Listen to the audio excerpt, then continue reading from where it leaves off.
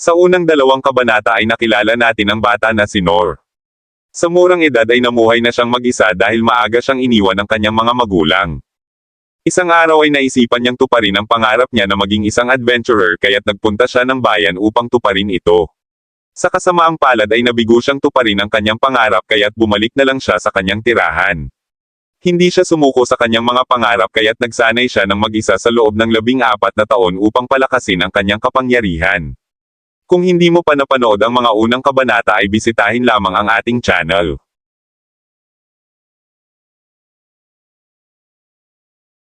Sa ikatlong kabanata ay naglakad si Nor at Gilbert patungo sa duel arena.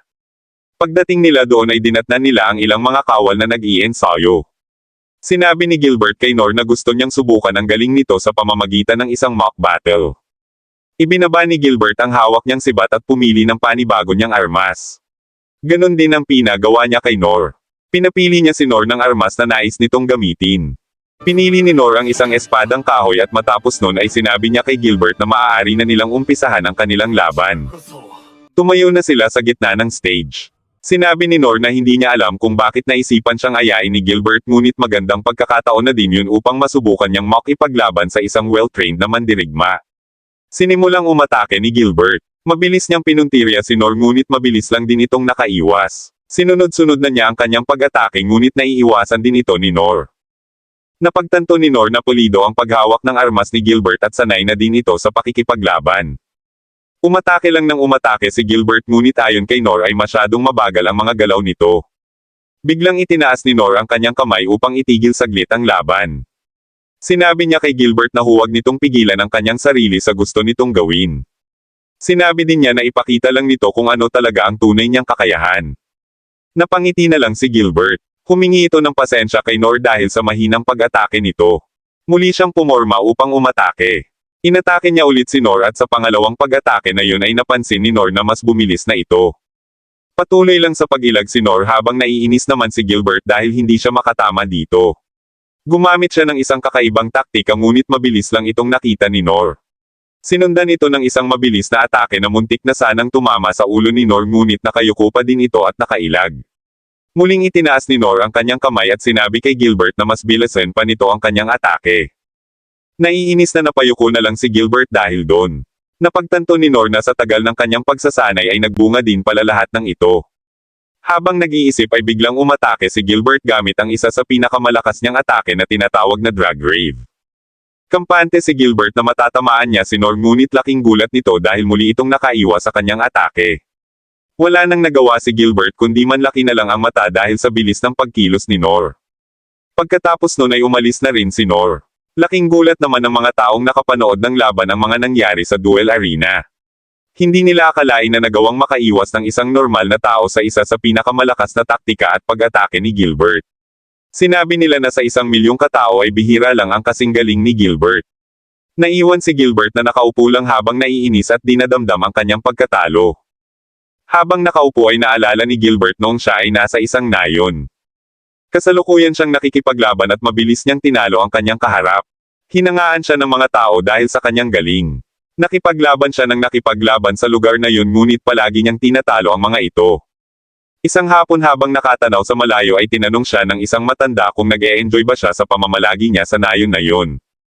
Sinabi ni Gilbert na naboboring siya dahil hindi niya mahanap sa lugar na yun ang taong makakalaban niya ng husto. Sinabi ng matanda na kahit sino man sa lugar na yun ay walang makakapantay sa kanyang galing kaya't inutos niya rito na magpunta ng Royal Capital dahil naghahanap ang mga ito ng magagaling na mandirigma na katulad ng kanyang talento. Nagpunta siya ng Royal Capital upang maghunt ng iba't ibang mga monster ngunit hindi pa rin siya nasiyahan sa kanyang mga ginagawa dahil wala pa rin siyang mahanap na nilalang na makakaharap niya para sa isang magandang laban. Nasa duel arena pa rin siya habang iniisip pa rin ang mga nangyari sa laban nila ni Nor. Inaya niya sa isang mock battle si Nor dahil hindi siya naniniwala na natalo nito ang dambuhalang halimaw na muntik nang pumatay sa prinsesa. Sobrang nainis siya dahil hindi niya magawang patamaan si Nor gamit ang kanyang armas. Hindi man niya kagustuhan na gamitin ang pinakamalakas niyang atake na Dragon Rave ay ginawa na rin niya upang mapatamaan lang si Nor ngunit nagawa pa rin nitong makaiwas. Hindi niya mawari kung paano yun nangyari kaya't tinanggap niya sa kanyang sarili na sa unang beses ay natalo siya sa isang head-to-head battle. Matapos ang kanilang laban ay humingi sa kanya ng pasensya si Nor at sinabi na siya ang natalo sa laban. Sinabi rin nito na wala ng rason para ipagpatuloy pa nila yon. Kinuha ni Nor ang kanyang espada at sinabi kay Gilbert na magpapalakas pa ito para sa susunod ulit nilang paghaharap. Matapos nun ay tuluyan ng umalis si Nor. Pagkaalis nito ay nagulat si Gilbert dahil sa mga crack na nakita nito sa arena. Hindi niya mapagtanto kung paano nagawa ni Nor ang mga bagay na yon. Napangiti na lang ito at sinabi na nagiging exciting na ang mga nangyayari. Sa sumunod na eksena ay naglalakad si Nor sa gitna ng dapit hapon habang iniisip din ang naging battle nila ni Gilbert. Ayon sa kanya ay gumamit siya ng physical enhancement at sinabayan niya ito ng feather step kaya't naiiwasan niya ang mga atake ni Gilbert. Sinabi rin niya na kung hindi niya naiwasan ang huling atake ni Gilbert ay sa malamang na baka patay na siya. Sinabi niya sa kanyang sarili na mahina pa siyang nilalang kaya't kailangan pa rin niyang magsanay ng husto.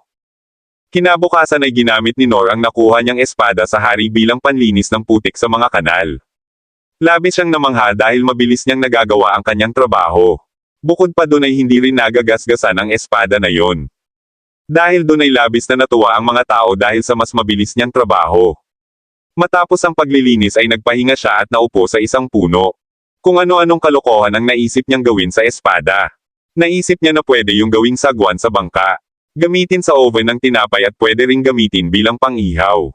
Nasa kalagitnaan siya ng pag-iisip nang makarinig siya ng isang kaluskos. Lumingon siya sa likuran at nakita niya na yun pala ay si Lin. Naalala niya ang payo sa kanya ni Ines kaya't nagbigay galang siya rito. Itinanong niya kay Lin kung ano ang ginagawa niya doon. Sinabi ni Lin na itinanong niya sa Guildmaster kung ano ang kanyang ginagawa. Nagulat si Nor dahil hindi naman niya sinabi sa Guildmaster kung saan siya pupunta ngunit natuntun pa rin siya ni Lin. Itinanong ni Nor kung ano ang pakay nito sa kanya. Sinabi ni Lin na naparoon siya upang alukan si Nor na maging assistant o tagapaglingkod nito. Gusto niya na makasama si Nor sa mga lakad nito at nangako din ito na hindi magiging sagabal kay Nor. Nagsasalita pa si Lin ngunit tumanggi na kaagad si Nor. Hindi ito inasahan ni Lin. Sinabi niya na wala itong magiging problema dahil natapos niya lahat ng training school at nakakuha din siya ng matataas na grado sa mga ito. Sinabi rin niya na kung ayaw nito ay pwede namang turuan na lang siya nito nang sa gayon ay mas lalo pa siyang lumakas. Tumanggi pa rin si Nor. Sinabi niya na hindi naman niya kailangan ng makakasama dahil kaya naman niya ang kanyang mga trabaho ng mag-isa. Sinabi ni Lin na handang magbayad sa kanya ang kanyang pamilya ngunit tumanggi pa rin ito. Kung ano-ano na ang mga sinabi ni Lin ngunit hindi pa rin niya nakumbinsi si Nor. Ginawa niya lahat mapapayag lang si Nor kaya't inilabas niya ang kanyang magic stick. Nagcast siya ng isang magic na tinatawag niyang Icicle Dance. Matapos nun ay naglabas siya ng apoy na tinawag niyang Hell Flare upang tunawin ang mga yelo na kanyang hinagis. Namangha si Nor sa kanyang nakita. Sinabi ni Lin na isa yon sa pinakamalakas na magic na kaya niyang gawin. Sunod ay inilabas niya ang isang maliit na kutsilyo mula sa kanyang likuran at gumamit siya ng Mist Blade. Sa isang iglap ay naputol ang katawan ng malaking puno na nasa kanyang likuran.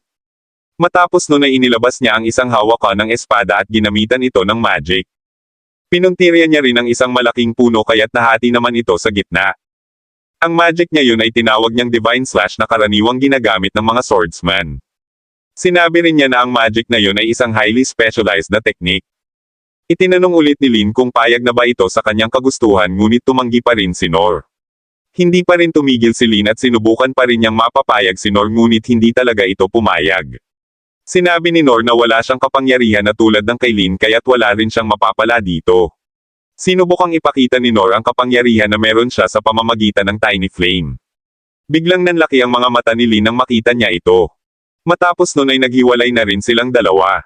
Kasalukuyang naglalakad si Lin nang maalala niya ang naging pag-uusap nila ng greatest sorcerer na si Okan. Ipinakita nito kay Lin ang isang simpleng magic na Tiny Flame. Bigla itong lumaki kaya't natuwa si Lin nang makita niya yon. Sinabi ni Oken na kayang pang mas palakihin ang apoy na yun depende na lang sa magiging training ng isang tao. Sinubukan ni Lin na maglabas ng Tiny Flame ngunit maliit lang ito. Sinabi niya na ilang beses na niyang sinubukan na palakihin yun ngunit hindi yun gumana. Naalala niya ang Tiny Flame na inilabas ni Nor kung saan ay di hamak na mas malaki yun kumpara kay Okan. Iyon ang dahilan kung bakit labis siyang nagulat nang ipakita yun ni Nor sa kanya. Sa kanyang paglalakad ay nasabi niyang hindi pangkaraniwang tao si Nor dahil sa kakaibang talento ang meron ito. Sinabi rin niya na balang araw ay siya na ang mamumuno sa Capital Kingdom kasama ang kanyang kapatid kaya't kinakailangan din na maging malakas siya na tulad ni Nor. Kinagabihan ay natapos ng kumain si Nor nang muli siyang lapitan ni Lin. Sinabi nito na handa siyang maghintay hanggang sa pumayag ito na maging kasangga niya sa lahat ng kanyang paglalakbay. Tinawag rin niya si Nor na instructor. Wala nang nagawa si Nor dahil gusto talaga siyang makasama ni Lin at dito na nagtapos ang 3 kabanata. Sama-sama pa rin tayo sa mga susunod pang mga eksena mga kapogi.